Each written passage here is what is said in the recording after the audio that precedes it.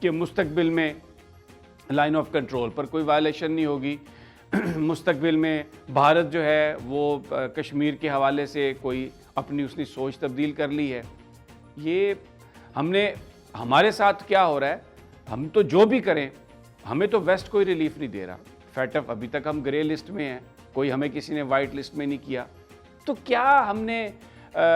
کیوں یہ سارا کچھ ہو رہا ہے؟ تعلقات بہتر بنانا بہت اچھی بات ہے، میں اپنی جو لیڈرشپ ہے اس کی کوئی جو حب الوطنی ہے میں اس پر کوئی سوال نہیں اٹھا رہا، لیکن حکمت عملی کے بارے میں بات کر رہا ہوں کہ یہ کون سی حکمت عملی ہے کہ آپ نے کہا کہ ہم کوئی بات نہیں کریں گے،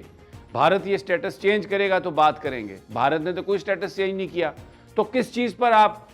یہ اچانک شروع ہو گئے ہیں کہ جی مذاکرات سے حل ہونے چاہیے اور ہم ماحول سازگار کرنا چاہیے؟ بھارت نے کیا ماحول سازگار کیا؟ صرف کشمیر کے اندر 4G انٹرنیٹ بحال کرنا یہ ماحول سازگار کرنے کے مترادف ہے؟ یہ آپ کس کو بیوقوف بنا رہے ہیں یا خود آپ بیوقوف بن رہے ہیں؟ انتہائی افسوسناک ہے یہ۔ میں کوئی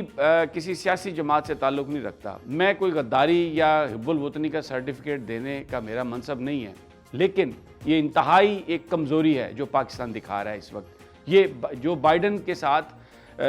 جو بائیڈن نے وہی کرنا ہے جو کرنا ہے جو امریکی مفادات چاہتے ہیں، اور امریکہ اپنے مفادات کے تحت بھارت کو چن چکا ہے کہ وہ اس کا اسٹریٹجک پارٹنر ہے۔ یہ بات درست ہے کہ ہمیں انٹیلیجنٹ اور ہمیں کامیاب سفارتکاری کرنی چاہیے، ہمیں امریکہ کے ساتھ بھی تعلقات رکھنے چاہیے، بھلے ہمارا ایک اسٹریٹجک شفٹ ہے چائنا کی طرف، اور بنیادی طور پر جو پاکستان کو ساری پرابلم آئی ہے وہ صرف اسی لیے آئی ہے کہ ہم سی پیک میں جو چائنیز پریزیڈنٹ کا جو انیشیٹو ہے اس کے ساتھ ہم آگے بڑھ رہے ہیں۔ لیکن اگرچہ ہم چائنا کے ساتھ ہیں، میں یہ بالکل نہیں کہہ رہا کہ ہم پوری دنیا کو چھوڑ دیں، ہمیں سیکھنا چاہیے۔ میں مثال دیتا ہوں آپ کو، بھارت کی مثال دیتا ہوں، بھارت نے ایران کے ساتھ بھی اس کے بڑے زبردست تعلقات ہیں، لیکن اسرائیل کے ساتھ دیکھیں وہ کس قدر کلوز ہے، ہمیں ان سے سیکھنا چاہیے، دشمن سے بھی اچھی بات سیکھ لینی چاہیے، ہمیں یہ کرنا چاہیے، لیکن جو ہمارے پرنسپلز ہیں ان پر کمپرومائز کر کے نہیں، ہمیں پراپر سفارتکاری کرنی چاہیے، ہمیں پاکستانی جو ڈائسپورا ہے امریکہ کے اندر اس کو ہمیں استعمال کرنا چاہیے، ہمیں اپنے پورے اثر و رسوخ جو ہیں وہ استعمال کر کے ایک ایسی سفارتکاری کرنی چاہیے، امریکہ کو یہ پوائنٹ بتانا چاہیے کہ جس طرح آپ نے ڈوزیئر دیا ایک بہت اچھا فیصلہ تھا، اس کا بڑا امپیکٹ ہوا، لیکن اب آپ اس طرح کی سفارتکاری کرتے ہوئے ہمیں نظر نہیں آ رہا ہے۔ پاکستان، شاہ محمود قریشی صاحب ایک بڑے زبردست وزیر خارجہ ہیں، لیکن اگر ان کے ساتھ آپ ایک منسٹر آف اسٹیٹ رکھتے وزارت خارجہ میں جو صرف کشمیر کے حوالے سے پوری دنیا میں جاتا، پوری دنیا کو بتاتا کہ وہاں پر یہ ہو رہا ہے، کشمیری پاکستان کی طرف دیکھ رہے ہیں، وہ ہمارے بہن بھائی بچے وہاں پر ان کے ساتھ جو ظلم ہوا ہے، آپ صرف اب معید یوسف صاحب، میں پھر یہ کہتا ہوں کہ جس شخص نے جب عمران خان کی حکومت چلی جائے گی اور اس نے واپس چلے جانا ہے امریکہ، وہ پاکستان کے لیے کیا کرے گا؟ وہ USIP US کانگریس کا تھنک ٹینک ہے جس کے وہ اسکالر رہے ہیں، ابھی پھر واپس چلے جائیں گے، یہ گورنمنٹ چلی جائے گی تو ان کے مفادات وہاں پر وابستہ ہیں، ان کے مفادات یہاں پر وابستہ نہیں ہے۔ ٹھیک ہے، مان لیتا ہوں آپ نے رکھ لیا کہ آپ کو امریکن ایڈمنسٹریشن کا اندازہ ہوگا، ان سے کوئی آپ نے بات کرنی ہوگی تو آپ معید یوسف کو استعمال کر لیں گے، لیکن امریکنز آپ کو ابینڈن کر چکے ہیں، امریکنز آپ کے ساتھ بھارت کے مقابلے میں کشمیر کے ایشو پر کسی طرح بھی، وہ کہتے ہیں ہماری کوئی پالیسی تبدیل نہیں ہوئی کشمیر پر، تو پچھلے 73 سال میں کیا کیا کشمیر پر امریکہ نے؟ بالکل ڈیفننگ ایک وہاں پر صورتحال ہے، کوئی اپنے کان بند کیے ہوئے ہیں۔ تو میں تو اس کو اس طرح سے لیتا ہوں کہ وہ یہ کہہ رہے ہیں کہ ہم ماضی کی طرح جیسے ہم نے بھارت کی ہر طرح کی وہاں پر غیر قانونی حرکت پر خاموشی اختیار کی ہے، اب بھی امریکہ اس پر خاموش ہی رہے گا اور کوئی کسی طرح کا پریشر وہ نہیں ڈالے گا۔ تو کیا امریکہ نے رول پلے کرنا ہے؟ آپ کس کی آنکھوں میں دھول جھونک رہے ہیں؟ کشمیریوں کو اس وقت مدد کی ضرورت ہے، ایک کھلی مدد کی ضرورت ہے۔ یہ جو ایک ڈرامہ ہے، ٹوپی ڈرامہ، گفتگو ہو گئی، مذاکرات ہو گئے، اس سے حالات بہتر ہو جائیں گے۔ آپ خدا کے لیے آپ جو کشمیریوں کا اعتماد ہے پاکستان پر، اس کو آپ مجروح نہ کریں۔ یہ میں مطلب یہ ہے کہ کیونکہ میں اس کو یہ نہیں کہتا کہ یہ سیل آؤٹ ہے، میں یہ نہیں کہتا کہ آپ نے ہر چیز بیچ باچ کے اور اب آپ پھر آنکھوں میں دھول جھونکنے کے لیے ایک نئے ایشو کے ساتھ نئے طریقے سے آ گئے ہیں، بالکل نہیں میں یہ کہتا، لیکن میں آپ سے کہتا ہوں کہ یہ ایک ناقص حکمت عملی ہے جس نے بھی یہ بنائی ہے۔ آپ جو گفتگو کر کے تو آپ ٹھیک ہے، میں آپ کو کہتا ہوں آپ جتنی مرضی فلیگ سٹاف میٹنگز کر لیں، جتنی مرضی آپ ایل او سی پر آپ اپنے ڈی جی ایم اوز کی گفتگو کروا لیں، بھارت نے کرنا ہے، بھارت نے وائلیشن کرنی ہے، کیونکہ وہ ایول ہے، اس کا کام کیا ہے، وہ پاکستان کو برباد کرنا چاہتا ہے، وہ کشمیریوں کو مارنا چاہتا ہے، بالکل کشمیر کو وہ ہندوستان کا حصہ سمجھتا ہے۔ تو ان حالات میں قوم کو آپ تیار کریں، قوم کو آپ بتائیں کہ یہ صورتحال ہے، سب کو ایک ہونا ہے، تاکہ ہم اپنی اپوزیشن کی جماعتوں پر بھی پریشر ڈال کے ایک ہوں اور کشمیر پر بات کریں۔ آپ نے ایک نیا چورن بیچنا شروع کر دیا ہے، کس کے کہنے پہ بیچا ہے؟ یہ معید یوسف کا اپنا چورن ہے، اس کے ماسٹرز کا چورن ہے، عمران خان صاحب کو کس نے کیا بتایا ہے، اور وہ بھی آ گئے ہیں کہنے جی ماحول کو سازگار بنانے کی ضرورت ہے۔ تو بھائی پچھلے 2 سال آپ کیا کرتے رہے؟ ماحول کو سازگار بنانے کی صورت ہے تو بات یہ ہے کشمیر پر کوئی کمپرومائز نہیں ہوگا۔ لوگ اس حکومت کو بھی اچھا سمجھتے ہیں، لوگ ہماری جو اپوزیشن کی جماعتیں ہیں ان کے حوالے سے اچھا برا جو بھی ہے ان کو بھی سمجھتے ہیں، باتیں کرتے ہیں، لیکن اگر کسی نے کشمیر کے حوالے سے لوگوں کی آنکھوں میں دھول جھونکنے کی کوشش کی تو میں آپ کو بتاؤں یہ خس و خاشاک کی طرف عوام کا جو سمندر ہے آپ کو بہا کے لے جائے گا، اور آپ یہ ہمیں بہت مصلحت کی باتیں نہ سنائیں۔ حسین جو تھے وہ کربلا میں تھے، 72 تھے، انہوں نے کتنی بڑی فوج کے سامنے اپنی قربانی دے دی تھی، پوری قوم یہ قربانی دینے کے لیے تیار ہے۔ آپ یہ اب ایک نیا چورن اگر کوئی بیچنے کی کوشش کر رہا ہے تو میں بالکل کھل کر یہ بات کر رہا ہوں، اس پہ کوئی کمپرومائز نہیں ہے اور لوگ اس کو تسلیم نہیں کریں گے۔ دوسری پولیٹیکل سچویشن میں نے آپ سے کہا، مریم نواز صاحبہ بالکل سائیڈ لائن ہو گئی ہیں پنجاب میں، اور یہ دیکھیں جو بڑی پہلی موو ہوئی ہے سینٹ کے الیکشن کی، جس میں پی ٹی آئی کے اور مسلم لیگ نون کے برابر کے سینیٹر اور ایک پی ایم ایل کیو کی سیٹ جیت لی ہے انہوں نے، چودھری پرویز الہی نے، تو وہ ایک انڈرسٹینڈنگ کے ذریعے اس انڈرسٹینڈنگ میں مریم نواز صاحبہ کو بالکل آؤٹ رکھا گیا، مریم نواز صاحبہ اس میں نہیں تھیں، اور اب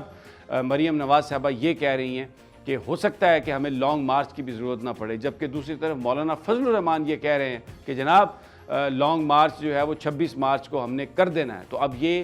مریم نواز کیونکہ اپنے سروائیول کے لیے دیکھیں وہ اپنی ایک پوزیشن بنانے کی کوشش کر رہی ہیں، اس میں کوئی شک نہیں کہ ورکرز لیول پر، گراس روٹ لیول پر یہ جو ساری پی ڈی ایم کی موومنٹ ہے، مریم نواز نے اس میں اپنے آپ کو بہت اچھے طریقے سے لانچ کیا، اور وہ ایک اسٹیبلش ہو گئی ہیں ایک بہت اچھے مقرر کی حیثیت سے، ورکرز کے ساتھ، نون لیگ کے ورکرز کے ساتھ ان کا ایک رشتہ رابطہ بن گیا ہے۔ لیکن جو اپر لیول کی پالیٹکس ہے جسے ہم راجنیتی کہتے ہیں، جس میں جوڑ توڑ ہے، جس میں مختلف